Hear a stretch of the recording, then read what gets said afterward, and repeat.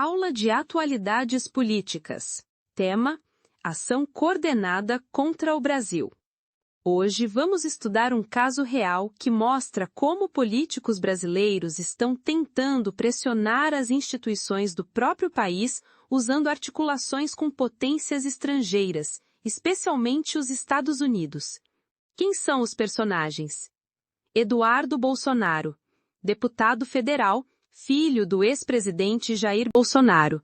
Atua como representante informal do bolsonarismo nos Estados Unidos. Paulo Figueiredo, comentarista político, neto do ex-ditador João Figueiredo, figura ativa na mídia conservadora americana e brasileira.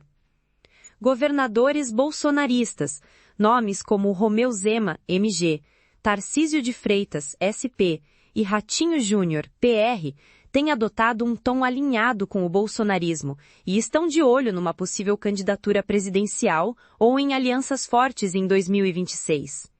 O que está acontecendo? Nos bastidores, Eduardo e Paulo estão atuando junto ao governo dos Estados Unidos, de Donald Trump, para pressionar o governo brasileiro. E como? Por meio de tarifas.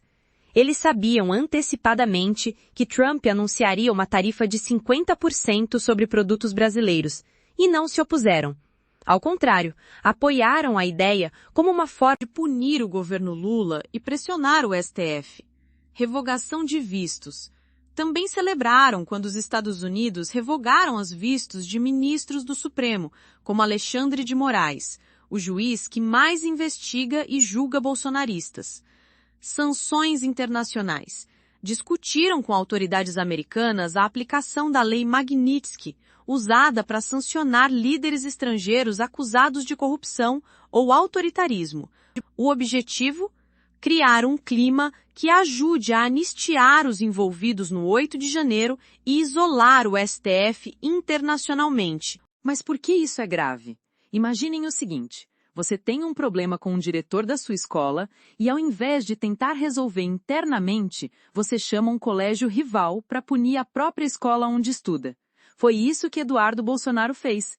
Ele atuou contra os interesses comerciais, diplomáticos e institucionais do Brasil, pensando em salvar o próprio grupo político.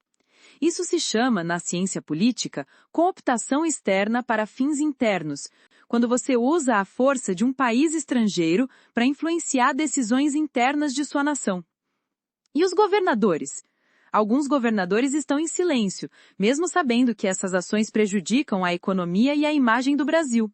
Outros, como Zema e Tarcísio, se aproximam da narrativa bolsonarista e estão sendo cotados por Eduardo como nomes ideais para cargos estratégicos num eventual governo em 2026. Fontes indicam que há conversas para dar cargos a aliados nos estados em troca de blindagem política ao clã Bolsonaro. Ou seja, não é só uma disputa ideológica, é um jogo de poder com promessas de cargos, alianças futuras e interesses ocultos. O caso de Eduardo Bolsonaro e Paulo Figueiredo é um dos mais claros exemplos de articulação política transnacional que vimos nas últimas décadas no Brasil. Eles não estão apenas criticando o STF, estão tentando deslegitimar instituições brasileiras usando sanções estrangeiras, tarifas econômicas e pressões diplomáticas, com o apoio ou silêncio cúmplice de governadores que buscam protagonismo em 2026. Tarefa de casa. Reflita. É aceitável que políticos brasileiros articulem com potências estrangeiras contra instituições nacionais? Onde está o limite entre oposição e traição ao interesse nacional?